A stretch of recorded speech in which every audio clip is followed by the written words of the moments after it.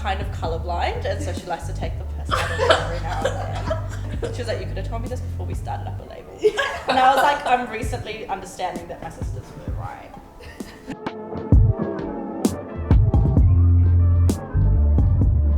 I'm Shay, and I'm from Melbourne. I moved here 4 years ago now, from Auckland, New Zealand. My name's Hannah. I'm based in Melbourne, but I grew up in Wollongong, Blue Mountains and Western Sydney. When we first started off, I thought that I would be like more on the creative side of it, but it happens to be that Hannah is definitely more on the creative side of it. I just like disappear for a few days and then I re-emerge and I'm like, I've done 30 paintings and we need to have them on clothes by tomorrow. And Shay's like, oh God. And I feel like I've taken on the role, surprisingly, of doing the more like business and like getting things in and getting like shit done. Emails and like the money side of it, like making sure. And promotion, like Shay's really amazing on the Instagram and on the website and with linking us up with people. But it happens to be that we kind of just like merged into these like lanes. I mean, we are really interested in slowing down fashion. A lot of the clothes that we wear and the brands that we like, unfortunately, have been using like unethical processes to make their clothing, and that actually we should even be moving past making new clothes, but instead finding old fabric, things from secondhand stores. We're trying to upcycle at the moment. Yeah. So we're finding niche pieces that we really like and adding our own touches to them. And I think like a great thing with upcycling is that clothes should fit the body should not have to fit the clothes. So you can be far more inclusive with size and cuts and things like that. We really have thought about how we're perceived in space, and like walking through public space as women, it's perhaps more a male space, and you have to think about how you use your body. And then that got us to thinking about ways that we can engage with that to create new meaning. And so we started wearing clothes that have social and cultural meanings. Yeah, the idea behind starting the label, I guess clothing is like a main first impression that you have of someone, you know, before you even go up and see what they look like or anything like that. Your first impression is what they're wearing. And so we wanted that to be a statement piece, and we wanted that to start conversations and really tell you something about someone's identity. Behind the name, I guess it was the idea of streetwear, and people that love streetwear are kind of like always on the go. You know, they want to be able to throw something on quickly and it be cool and just fit with the occasion, and you can mix and match it. I think for me also it's about remembering and being conscious that you're located in a specific cultural and social and historical frame of reference, a place. And that we need to be aware of how we occupy place and space. We're two parts of one very intense brain. We both work at both our houses, like individually. Like we'll have sessions where we'll just like spend some time together and make it.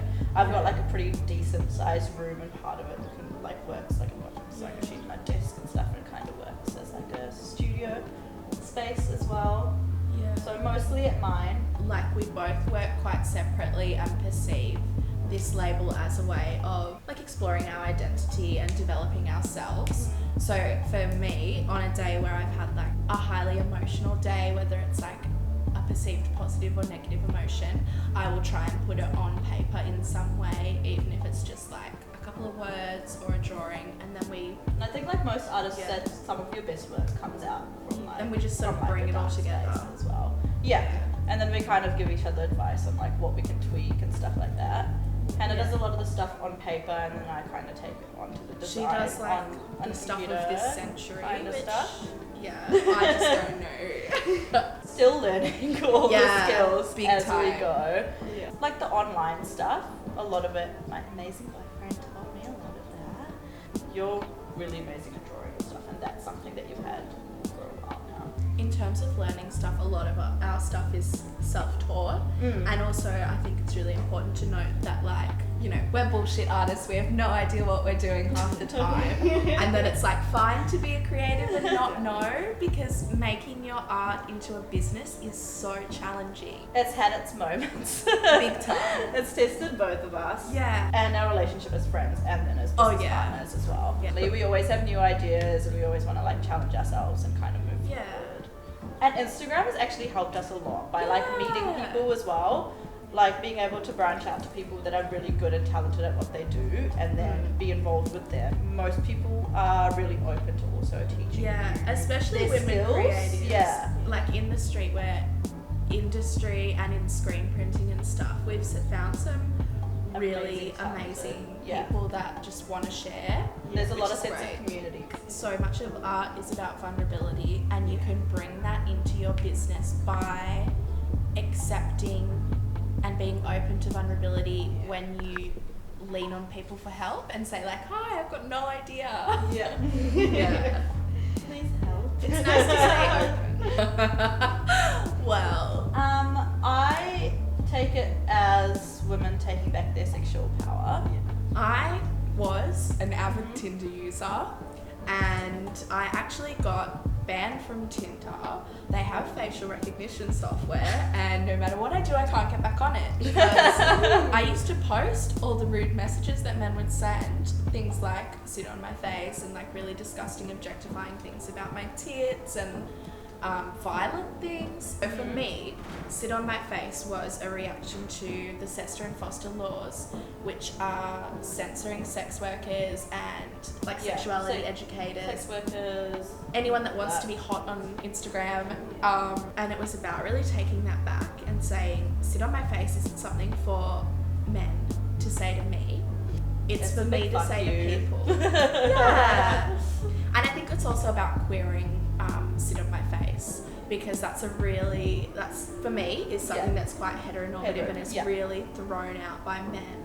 But I wanted to take it back. And we have a lot of queering that have like loved it. Yeah. It's a great way of being more visible as someone who's queer, is to wear this massive ass glow in the dark shirt that says sit on my face. I wrote that in response to male psychiatry. Women with borderline personality disorder are like burns victims. They don't have the same skin, and so even soft emotional touches can really hurt them. And I thought that was really patronizing. And I was quite angry at the time, and so I just wrote about it and how I felt. People are very surprised when you do tell them what it's really about, because it can be perceived as a lot of different things, which is what's kind of awesome nice about it. Yeah, that you can really take it and make it your own. Okay, so so the shirts were printed incorrectly, the back of the sleeve, and that was like an attention to detail part, which is like so fucking important, obviously, that we fucked up on. And so we were both like freaked out at each other after that for a while. So we took like maybe like 2 weeks or something to just be like, it's gonna be okay, like it'll be fine. But we like were very stressed about it because one, it cost a lot of money. Two, we were just mad at each other and ourselves for being just like, you know, like, why did we not like, see that what in the picture? hell? And I think taking that and learning from it and then coming back so much stronger and like just knowing exactly what to not do was probably like a really awesome moment for me. Fucking up is okay. Making really definitely expensive okay. mistakes is okay. It's alright. Actually, for me, it would be the first time Shay and I spoke about it. We used to work at a nightclub. We used to stand outside of the precinct. And a lot of the time we were making very fast assumptions based on how people presented themselves as to whether they'd get entry to a club. And that really frustrated both of us, particularly when things like South Sudanese youth can't come in. Like, why?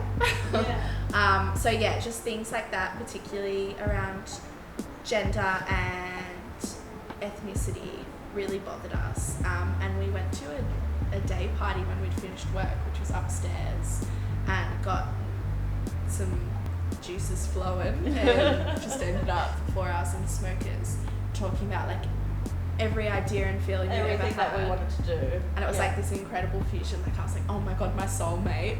And the whole time this guy was coming up and being like, do you have a lighter? Go away. To not freak out too much about small things, just take a step back from it, even though it might not seem like a small thing at the time. Just take some time out from it and come back to it in a little bit, and I can guarantee you the problem will be a lot smaller than it initially was. Learning to trust someone even when you're having a disagreement. Like for instance, if Shay and I are having like a tension or an issue and we have a fight about it, at the end of the day, we both know that we love each other and that we will push through and find the solution. And that trust is something that I've learned and is really lovely. First time we met, our boss was like to Shay, I don't know if you're gonna like her. So I definitely think she liked me. I did. Also, when someone tells me I'm not gonna like someone, I'm like, why? Why would I not? And I'll probably make more of an effort to like them. So if we ended up making a decent chunk of cash, we would love to give as much as we could back in proceeds. I mean, we tried to do that when everything was going down in storm, and you know, we were giving about 35% of like our sales. We were donating that, so that would be huge if it could get to that point. Like that would actually make a difference by giving back. We would. Yeah. If I could change one thing, it would be about making creativity more accessible and acceptable, and saying you don't have to be perfect at this to give it a go. It has and it hasn't. Like, I think it is like a very male-dominated industry.